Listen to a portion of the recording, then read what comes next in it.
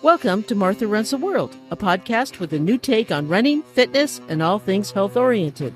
I'm Martha Hughes, your host, and each week I present a new topic that is of interest to all runners. Hi, and welcome to episode 263 of Martha Runs the World. This week I'm talking about being 100% prepared for your race. Be it a road race or a trail race, we're going to talk about both. And a lot of times it's the same for both. There's sometimes differences, but we're going to talk about the little things that help make your race the best it can be leading up to the race, like the week before and the days before, the day before, the morning of, that kind of thing. You wake up the morning of your race. The sun is shining down on your face in your bedroom window, and suddenly you realize the alarm on your phone never went off. Oh no, you're late. You didn't get anything together the night before, so you're frantically running around trying to find the right outfit, everything you need for your race, your socks, your shoes, your jacket, your race vest, everything you need during the race. And then you get to the kitchen and you're out of coffee. What? Out of coffee? Of course, I'm never out of coffee. I always have coffee. I am more likely to have coffee in my apartment than food. So one thing would never happen to me.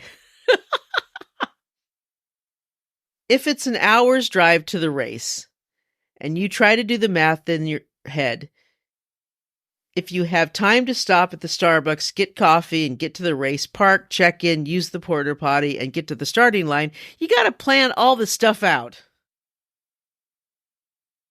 All this stuff you've made a million times harder if you haven't made out a plan ahead of time.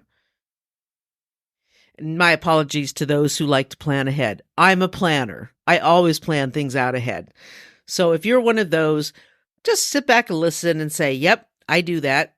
I do that. I do that. I do that. Because a lot of people don't, apparently.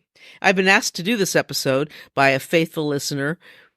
And so I put it off for a while because of, the accident. And if you want to know how my progress is coming along, I'll say some brief words at the end of the episode. Now, I'm not going to talk about training because I have plenty of episodes of that subject already. And I'm going to assume that you're all trained for your race. Okay, some of us are sometimes undertrained, but that's not what this is about. If you're undertrained, overtrained, 100% trained, whatever, that's not what this is about. We're going to talk about just preparing all your things, all your stuff, your mind, all that things for your race. This is about being prepared in all those things other than training. Now, I'm going to also leave out the very long races, longer distances than 50 miles, because I'll have an episode in the future to talk about drop bags, pacers, and that sort of things, because that's a whole different subject, and it really deserves its own episode. So we'll talk about that in the future. Race preparation, other than if you're traveling a long distance and you have to fly or rent a car, a hotel, that kind of thing, that's different. And I'll also already have an episode on traveling to a race, so you can refer back to that. I have a link on the website, martharunstheworld.com. So you can look back at that episode. But race preparation for everything else starts about a week before your race. Food-wise, if you're one of those who likes to eat lower carbs, some runners do that. I do not, but some runners do that. Then that starts a few days before your race. I can't help you with that, but if that's what you want to do, then start a few days before your race and plan out your food, plan out your meals, what you're going to eat, all that stuff. Now, you want to start gathering what you need for the day of the race a week before. If you need things to be shipped to you and you use Amazon, you can have those shipped within a couple days. If you're an Amazon Prime member, those things usually come out pretty fast. or if you need to go to the running store or REI or that kind of thing, you can just do that within a few days. But give yourself enough time in that if they don't have what you need and you have to go to a couple different stores or you have to have it shipped, you have enough of a leeway to give you time. You don't want to be running around the day before you leave to the race. That's just not fun that way. The day before your race, you really want to plan out what you eat really thoughtfully. I always am very picky about the dinner before my race. I always eat a very kind of a bland dinner. I like to have chicken. Chicken really sits very well, or salmon is really nice with some sort of vegetable like broccoli and maybe a potato or rice or noodles. No cheese. I do not like to have cheese the night before a race. That does not ever turn out well for me. So I skip that part, the rest of it. And that's really what I have. I also think it's really important. I never realized this until just a couple years ago. I know, I should know better. It's always best to hydrate as much as you can the day before your race.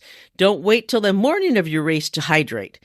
And this is really hard if you're traveling to your race by car or plane the day before your race. It's really, really difficult. That's why if you can, travel to your race 2 days before, so when you get there that day before, you're already there and you can hydrate and just get all prepared that way. But life isn't like that. We can't always do that, especially if we race a lot. So hydrate as best as you can the day before. That way, that morning of, you won't be spending all your time in the porta potty line. And this is especially poignant if you're doing a road race and the lines are 100 people long. Of course, trail races may not have as many porta potties and the lines might be longer. Yeah, I've been to road races where there were tons of porta potties and the lines were not a problem, but I've been to trail races where there were maybe 3 porta potties and the lines were super long. Do your laundry a couple days before you need it. You don't want to wait till the day after because there can be a laundry disaster. Or if you're like me and have to do it at a laundromat and the laundromat is closed and you have to find another place to do it. This is just, you don't want to wait to the last minute in case something happens. Or if you have a washer and dryer and your washer breaks, what are you going to do? So you want to make sure and give yourself a couple days to do that. And also a couple days ahead of time, make sure your first aid kit, yes, you should have one, is adequately supplied. I mean, you may not take it with you on the race, but you want to have it in the car pre and post race to help yourself. Because yes, the race will have a first aid. They should actually, not all races do, but they should have a team to help you. But it's good to have your own stuff with you. And even on the race, if there's a long distance between aid stations, it's nice to have a few minimal supplies with you to help yourself there, especially on a trail race. If you're out 6 or 7 miles on your own and you get a blister, it's nice to have the stuff with you that you can stop and take care of it to help you the next 3 or 4 miles to the next aid station. You will thank yourself for taking that with you. Let me tell you, if you don't have that little first aid kit with you, you're going to be cursing yourself for having to tolerate that pain to the next aid station. It's really nice to have that.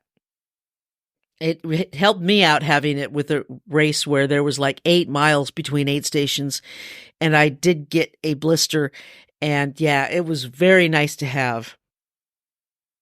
Now, the day before your race, well, actually, I would say a few days before your race, always maintain your car's maintenance. Make sure everything works well. And of course, that's just daily life, right? But the day before your race, fill your car with gas or charge it fully if it's an electric car. I know this seems elementary, but some of us forget about that stuff. I don't own a car, so I rent a car. So it's always filled up But if I'm going to the race from the hotel, I'm going to fill it up with gas before I get to the race start. Because this race that I'm working at is kind of out far away from things. So I will fill it up with gas before I get there because I'm going to be out there all weekend. So it's a good idea for me to fill it up first. Now get the gear you need for your race out the day before. Or you might even want to do it a couple days before. If you're missing something, you need to buy it. You need to run out and buy it. It's good to do that a couple days before. You can pack your running vest ahead of time if you want and figure out what you need if there's anything that you forgot.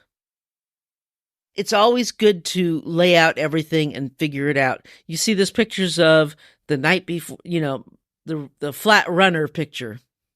Well, it isn't just as a chance to be put on Instagram. It's also just a way that people can double check to make sure that they included everything. It's a really nice thing to have to make sure that everything's there. Yeah, they've included all that stuff. And then they're all set. Okay, now pre-race, you want to have certain things at pre-race. And this goes for road and trail racing. Pre-race, you want to bring yourself your own water. I mean, you should have a bottle of water in there, and you might want to keep 2 bottles of water, one for post-race and one for pre-race. But pre-race, a nice bottle of water just to have some sips off it. Don't rely on the race to provide you with water before the race. Race companies have to provide runners with water during and after the race. And on small races, I see runners grab bottles of water that are supposed to be reserved for the race itself. And that's not really fair because the race isn't supposed to provide you with water before the race. And they're kind of cheating the racers on water that's supposed to be there later on. And this doesn't happen in road races so much at trail races or small neighborhoody races. So bring your own water for pre-race. Warm clothes. If you have to wait a while, especially in a trail race and you're by your car, just wear sweatpants or a sweatshirt over your running outfit. And in a road race, gone are the days of wearing a trash bag. We don't need to pollute the streets with plastic, right? If you want to wear something to stay warm, buy an old sweatshirt or sweatpants from Goodwill and then toss them at the side of the road. Don't toss them in the middle of the road where someone can trip over them, but toss them towards the sidewalks at the start of the race, where people will pick them up and donate them back to Goodwill. So you've done your good deed. You have helped Goodwill in the beginning by purchasing them, and then they'll go back to Goodwill and help others. So that way, it's much better than wearing a trash bag. Don't wear trash bags, please. Also, you want to bring a snack if you want, like a banana or a small muffin or some nuts or something like that. Whatever you like to get you through, that will help you out, because sometimes it's a long wait from when you get there to the start of the race. You also want to set it's a really good idea for your phone and Google Maps to have the automatic directions. That helps a lot. Yeah, sometimes it's not that accurate, but most of the time it is. So that will help you get to the start of the race so you don't waste a whole lot of time. And make sure that everything is in your handheld bottle or your running vest. If you're taking one, make sure, triple check if you need to. Just make sure everything is there before you leave the house. And I did talk about first aid kit. Yeah, bring a little one if you need one. And I did do a past episode of stuff you can keep in your first aid kit, and I'll put that episode number in martharunstheworld.com so you can check it out. Now, for the race itself, warm up with some dynamic exercises. Once you get to the starting line, dynamic exercises are what you want to do. They're the ones that include a lot of movement. Static exercises are the ones that you hold a movement for 30 seconds. Do those after the race, not before. And breathe deep and tell yourself positive thoughts that you're going to have fun in this race and you're going to do great. And you can also check in, get your bib, get your t-shirt, put the t-shirt back in the vehicle. I am one of those that does not wear the t-shirt before I've run the race. I'm old school. I believe that you shouldn't, just because I also believe don't wear something new on race day. So that's why I don't do that. And then, most important, get ready to have a great race. Now, post-race, now's the time to do those static stretches where you hold a stretch for 30 seconds or so. Resist the urge to sit down right away. Walk a little bit if you can to stretch out those muscles. That'll help out a lot. Have ready icy hot gel or CBD gel or your choice in case your muscles get cranky. It's good to rub that stuff on right away. If you've pushed yourself farther than you thought you could go, your muscles might start cramping up, especially if you're driving. That's happened to me. And that kind of gel can really, really help out a lot. Grab some water at the aid station. Make sure you keep extra in your car. And if the race offers snacks or food post-race, get some for yourself. And I know in longer races, I'm not hungry, but just something small will help out a lot, especially if you're driving for a ways. And now, if you are driving for a ways, and like after an hour, I usually start getting hungry. So if you're driving for a little ways, stop and get some food. I usually treat myself to In-N-Out after a race in the Bay Area, but that's like after an hour when I actually start getting hungry. It takes me a little while to get hungry. And take your time driving home. Like I said, stop and get something to eat if you start to get hungry, and just take your time, because it may be harder to drive home if it's been a really tough race. That should help you out. I hope it does a little bit. And there's some running news that I wanted to talk about a little bit. Kilian Jornet and Zach Miller are asking us to boycott UTMB races, and good for them.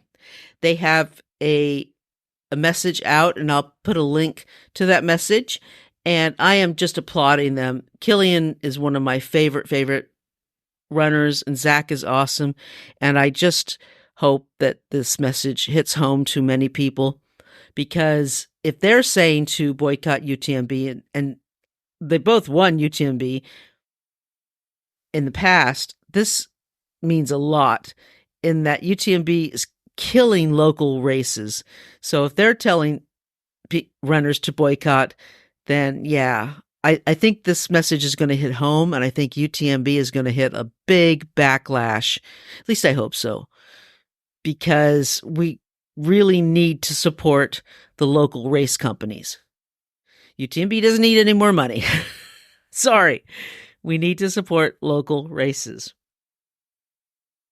And just in other news, in my own news, the sling is off my arm. Yay!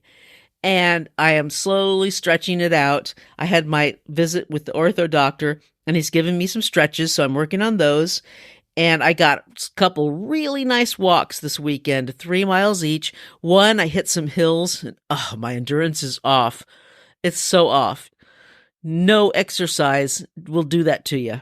But I really pushed myself, and it felt great, and the weather was beautiful this weekend, just sunny and 60 degrees and just beautiful. But I'm willing to do the hard work to get back into shape, and I'm going to take it slow. I know one of the reasons why I got into trouble was that I took it too fast. I tried to push myself too much, but I'm really willing to go slow. I'm going to walk for a month or two and then start running slowly and not push myself. There is a race I want to do in June, but that will be the very, very first one. And then the other ones are like October and later. Yeah, not being able to do anything for weeks certainly changes one's perspective. I'm taking it slow. I'm taking it easy. I have no idea when I'm going to get back to the trail. And when I do, I'm going to be hiking. I have no idea when I'm going to be running on trails again. I don't know. That's future thing. Right now, it's just nice to be walking on paved roads and pavement in the city. That's just nice to be able to do that again. It's nice to be able to hold things with both arms. It's nice to be a normal person again. That feels good. So I'm not taking anything for granted. I am grateful for everything right now. So yeah, I'm grateful to, right now I'm actually on vacation. I'm on vacation for a couple weeks. I have enough vacation saved up that I can do that. And so that I am very, very happy about. And I've been on vacation for a couple days now, and it's been wonderful. My walks were great. My last couple days were great. Yeah, it's been really, really cool. This week I traveled down to Boulder City, Nevada, which is just south of Las Vegas. It's near Hoover Dam, which I'm excited about. I've never been there. I've been to Vegas. I've been to the Strip. I'm not a fan of the Strip. I like around Vegas, like Red Rock is really cool. But I've never been to Hoover Dam area, so that's going to be kind of cool. That'll be fun. Now, I won't have a ton of time to explore the area. I'm working from Friday through Sunday morning. So hopefully Sunday afternoon, I'll be able to check out Hoover Dam. That's what I'm really looking forward to, is to go out and see the Hoover Dam area. I'm reading a book about the history of the Hoover Dam. So that's giving me a lot of insight about how it was built and who did it and what went into all the structure and the magnitude of how it was done. It's pretty incredible. You know, sometimes it's a wonder after I read some of this history, because I love books about history. Sometimes I wonder how these things even got done. It's remarkable. So I like that. So I'm reading about that. The drive down, I'm actually looking forward to, because it's about 9 hours, but I have a set list already on Spotify. So I'll just hook up the Bluetooth in my car to Spotify and bing, I'm on the road for 9 hours. I'm hoping it doesn't rain the whole time, but you know, I'm willing to deal with it if it does. I can handle it. So I'm all ready for that. I'm ready for my trip. I'm ready to be down in a cool part of the country. I'm ready for it. The temperatures don't look too bad. 55 degrees, 60, somewhere around there, a little cooler at night. So I will bundle up and prepare for that. And I'm ready to help out my friend Michael in his race. And if you don't have anything going on, it's the Bootleg Boogie. It's in Boulder City, just outside of Boulder City, just near Hoover Dam. Prices are great. He's got all kinds of distances. So I will also include a link to his race on MarthaRunsTheWorld.com. I almost forgot the website. Oh my God, I've just been doing this 5 years. Oh, my brain is jello. It's vacation mode brain right now. All right, so that is it. And thank you so much for joining me. And I really, really have wonderful, wonderful runs and walks and races. And until next week, let's tie up our shoelaces and go for a run.